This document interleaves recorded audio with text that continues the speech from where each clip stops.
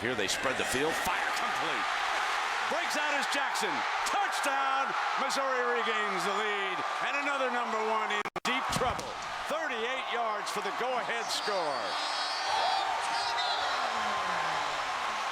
The Oklahoma Sooners are the number one ranked team in the country according to the Bowl Championship Series. They've been ranked number one more times in the BCS than any team in college football. It will not mean a thing if they don't play well and if Missouri is on their game Saturday night.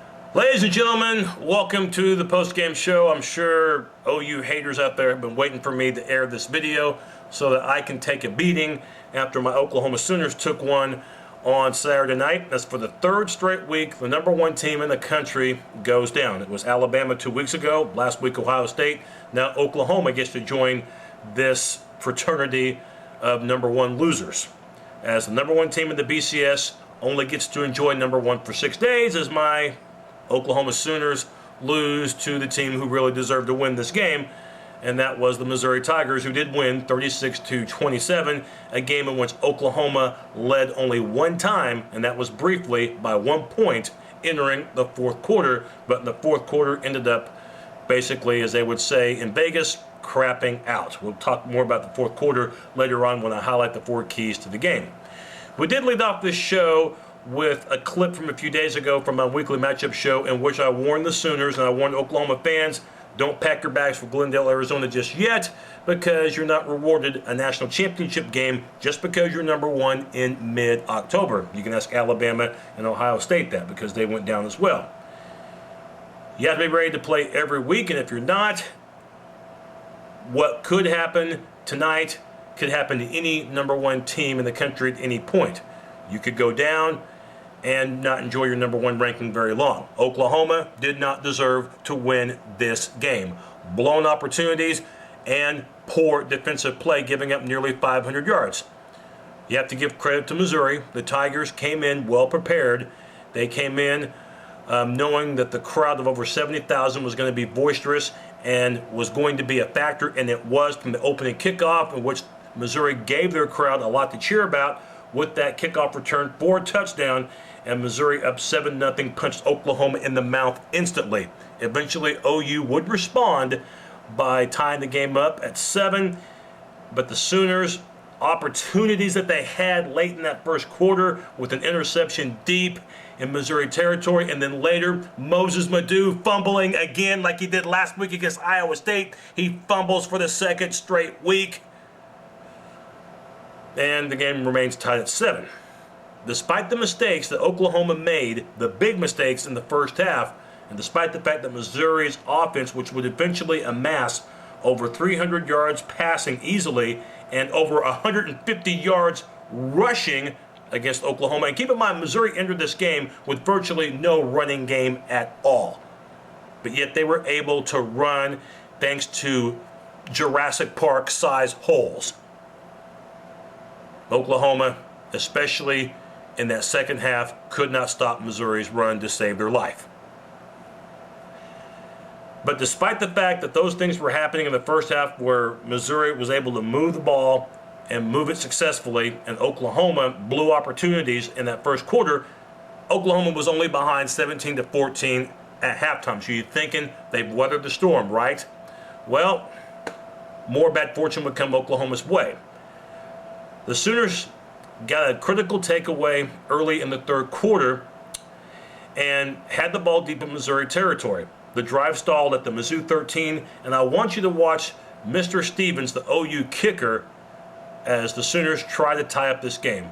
I want you to watch how far this kick is off. Pulled it left. Missed it. Yeah, Stevens, way to go. I have a question, okay? When is Oklahoma going to find a kicker? All right? For the last 2 years, this has been a problem for Oklahoma. Remember last year against Nebraska, had inconsistency kicking. Against Oklahoma State, had problems kicking. In the bowl game against Stanford, had problems with place kicking. Enough is enough is enough. It is time for Oklahoma to get a new place kicker. And I don't want this, well, we're going to use this kicker if the kick is 40 yards or less. We're going to use this kicker if it's 40 yards or more. No, no, no, no. You don't see other teams doing it. Texas has a kicker. Nebraska has a good place kicker. Missouri has a darn good place kicker. Oklahoma State has a pretty darn good place kicker. Oklahoma, last time I checked, was a Division I program, an FBS program, and a pretty darn good one at that. Why can't Oklahoma find a place kicker? Please, somebody tell me. Next year, I want to see somebody different kicking. You should not be missing 30-yard field goals in Division I football. It's ridiculous, and it hurt Oklahoma. Instead of it being 17-all, it was 17-14 Missouri. Mizzou, on the ensuing drive, they drive it downfield.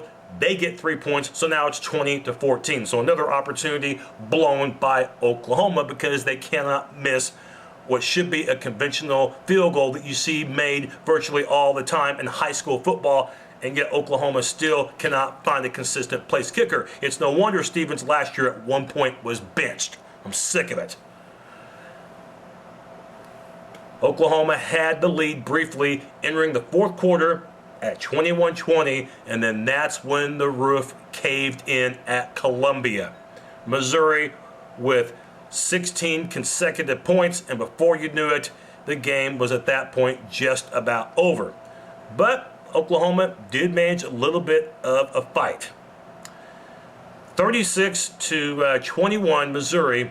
Still plenty of time left to go. Big kickoff return by Moses Madu. Oklahoma at the 15-yard line of Mizzou did get the touchdown, but Oklahoma decides, down by 9 points, with still plenty of time left to go in the game, they decide to go for two. Now you might be saying, well, eventually they're going to need a 2-point conversion.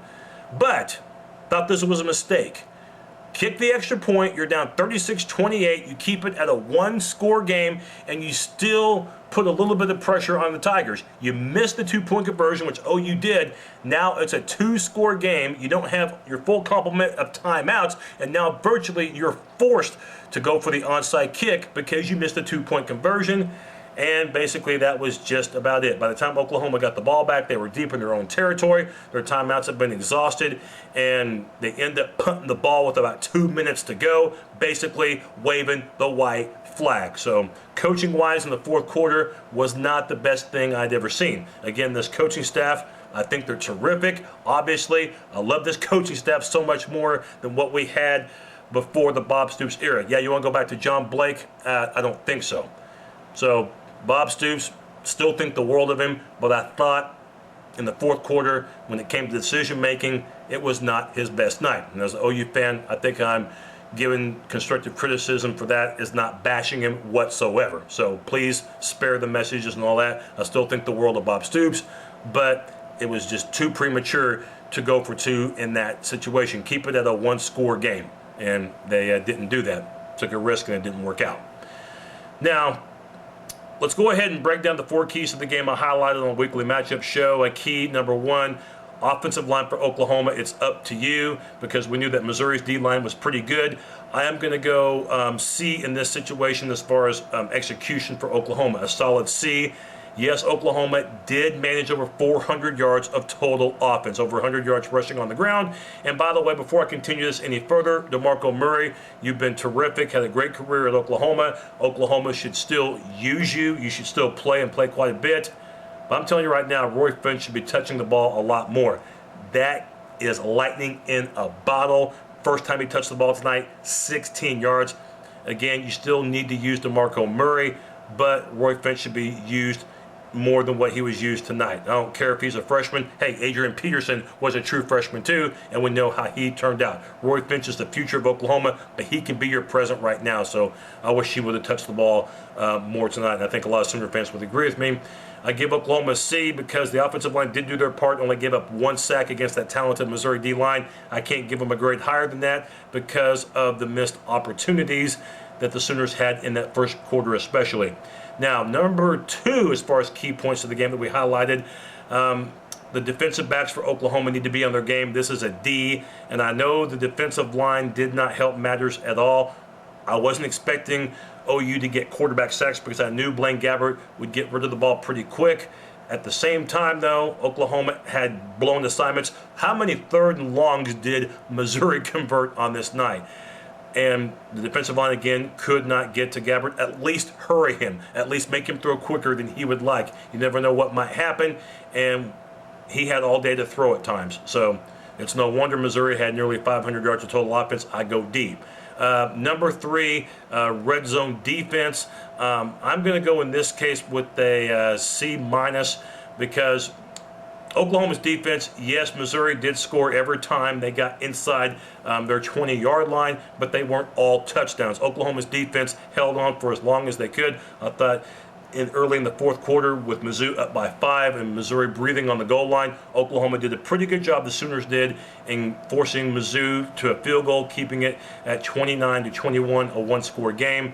Eventually it wouldn't be enough, but at the time, Oklahoma's defense did everything they could in the red zone. They did give up touchdowns, but there were a couple of times where they did not break and limited Mizzou to field goals, especially right before the end of the first half. And number 4, the 4th quarter, being able to finish the game off, a big, fat, yeah, you got it, an F for Oklahoma. The first 3 drives for the Sooners in the 4th quarter ended with punt, turnover, punt. The way Missouri's first 3 drives ended to start the 4th quarter, touchdown, field goal, touchdown. 17-0 in that category. Enough said. Missouri simply won the 4th quarter. Oklahoma's had some shaky 4th quarters this year, but got away with it against Air Force, against Cincinnati, against Texas. Thank you, Aaron Williams from Texas, by the way, for fumbling that punt, for muffing it to help Oklahoma win.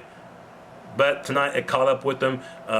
Oklahoma was on the field way too long, about 39 minutes. That's right, the Oklahoma defense was on the field for nearly 40 minutes in this game. Time of possession, Oklahoma only had the ball barely over 21 minutes. No wonder OU's defense was gassed at that point. You have to give credit to Missouri. They took advantage of the spotlight, and Blaine Gabbert is something special in that Missouri offense. Very difficult to defend. In that 4th quarter, it was impossible for Oklahoma to defend. So what happens for Oklahoma now? Well, next week, at least you're going against a team you should be able to wallop. Colorado's terrible. It'll be the last time the Sooners and Buffs will play each other because Colorado's off to the Pac-10 next year. For Missouri, at the beginning of the year, I would have said they had no chance to win in Lincoln, Nebraska. I still think Nebraska is going to be favored next week, but at least Mizzou has a good chance that they're going to have a lot of momentum entering that game in Lincoln. So should be a good one from Nebraska between Mizzou and Nebraska. By the way, the winner of that game, for all intents and purposes, has won the North. If Missouri can get past Nebraska, it looks clear sailing toward an undefeated regular season, and maybe Oklahoma, if they take care of business, could get a rematch against the Tigers. But in the Show Me State, it was Missouri that showed they were the better team. They deserved to win. Final score, once again, Missouri taking care of business, 36-27 over Oklahoma. And from the BCS projections we've seen already, it looks like Auburn will be the new number 1 team in the BCS. Auburn, you've been warned, okay? Sometimes being number 1 at this stage isn't the best thing in the world. But I have to say to the Auburn fans, hey, as far as the Big 12, as far as Oklahoma, you're right. It's not all that. But again, that's not to take anything away from Missouri. By the way, a couple of other thoughts before we wrap up our broadcast. Have to give it up to Iowa State for going into Austin and stunning the Longhorns. Texas, again, didn't really open up the playbook until the 4th quarter, and it bit them. Too many red zone drives where they didn't get touchdowns. And Iowa State, a complete reversal from that bad loss they had to Oklahoma the week before. Baylor, they're bowl eligible after beating Kansas State on Saturday. And Nebraska bounces back in a big way as Taylor Martinez, 5 touchdowns, and they have a huge offensive day in outlasting Oklahoma State, handing the Cowboys their first loss of the season. Final score, Missouri 36, Oklahoma 27. A very late kickoff coming up on October 30th, 8:15 on ESPN. And yes, that's Central Time, and yes, that's the latest kickoff Oklahoma has ever had in school history. Not a great night for Oklahoma. Back to the drawing board for the once number 1 ranked team in the country, but obviously no longer. Boomer Sooner.